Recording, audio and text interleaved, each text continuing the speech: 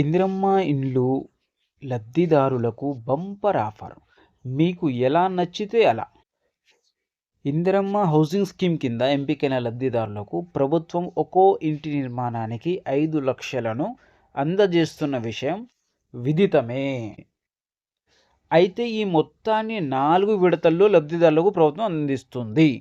ఈ మొత్తం సొమ్ములో ఇంటి నిర్మాణం పూర్తి చేసుకోలేని ఆర్థిక పరిస్థితి ఉన్నవారికి ఉపయుక్తంగా ఉండేలా 4 నిర్మాణ పద్ధతులను ప్రభుత్వం అందుబాటులోకి తేనుంది.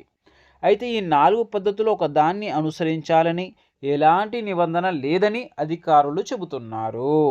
ప్రస్తుతం భవనాలను నిర్మిస్తున్నట్లుగా పిల్లర్లు, బీములతో కూడిన నిర్మాణ పద్ధతి కాకుండా ఖర్చు తక్కువ అయ్యేలా ఇతర పద్ధతులపై లబ్ధిదారులకు అవగాహన కల్పించేందుకు ప్రభుత్వం నిర్ణయించింది. ఈ క్రమంలో మండలానికి 1 చొప్పున వేరువేరు పద్ధతిలో మోడల్ ఇండ్లను నిర్మిస్తుంది. దీనికి తోడు వీలైనంత ఎక్కువ మంది మేస్త్రీలకు ఆయా పద్ధతిలో ఇళ్ల నిర్మాణాలపై శిక్షణ ఇప్పించాలని ప్రభుత్వం నిర్ణయించినట్లు తెలుస్తుంది.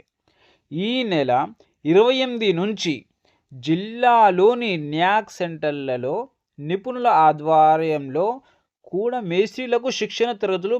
ఇందిరమ్మ హౌసింగ్ స్కీమ్ కింద లబ్ధిదారుడు సాధారణ పద్ధతిలో అయిన ఇంటిని నిర్మించుకోవచ్చని, ఆర్థిక పరిస్థితి సహకరించని పక్షంలో నమూనా ఇంటిని చూసి ఆ పద్ధతిలో ఇంటిని నిర్మించుకోవచ్చని అధికారులు పేర్కొంటున్నారు. ఇంటి విస్తీర్ణం 4 చదరపు అడుగులకు తగ్గకుండా ఉండాలని ఇన్నాళ్ళు చెబుతూ వచ్చిన అధికారులు ఇప్పుడు ఆ విస్తీర్ణం 600 చదరపు అడుగులకు మించరాదని కూడా బలంగా చెబుతున్నారు. అయితే ఇంటి విస్తీర్ణం పెరిగితే నిర్మాణ ఖర్చులు కూడా పెరుగుతాయి. ఈ క్రమంలో లబ్ధిదారులు ఇంటిని అసంపూర్తిగా వదిలేస్తారన్న ఉద్దేశంతోనే ఇలాంటి నిబంధనలు పెట్టినట్లు అధికారులు పేర్కొన్నారు. 4 డిజైన్లు. ఇలా షార్ట్ కాలం కన్స్ట్రక్షన్ ఇళ్ల నిర్మాణంలో స్టీల్ వ్యయం చాలా తక్కువ. దీని వ్యయం తగ్గించేందుకు పునాది స్థాయి వరకు మాత్రమే కాలమ్స్ ఉంటాయి. పైన ప్లింత్ బీమ్స్ ఉంటాయి. మధ్యలో పిల్లర్లు లేకుండా కాంక్రీట్ గోడ ఉంటుంది. ఇందిరమ్మ ఇళ్లలో పై అంతస్తులు ఉండే అవకాశం లేనందున ఈ నమూనా బాగుంటుందని అధికారులు చెబుతున్నారు.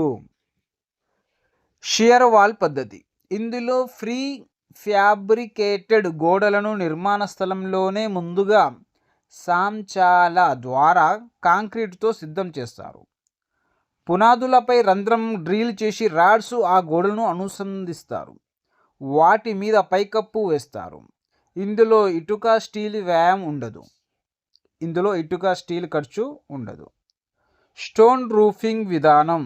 కాంక్రీట్ గోడలు నిర్మించిన తరువాత పైన పూర్వకాలపు దూలాల తరహాలో ఆర్సీసీ రాఫ్టర్స్ ఏర్పాటు చేస్తారు.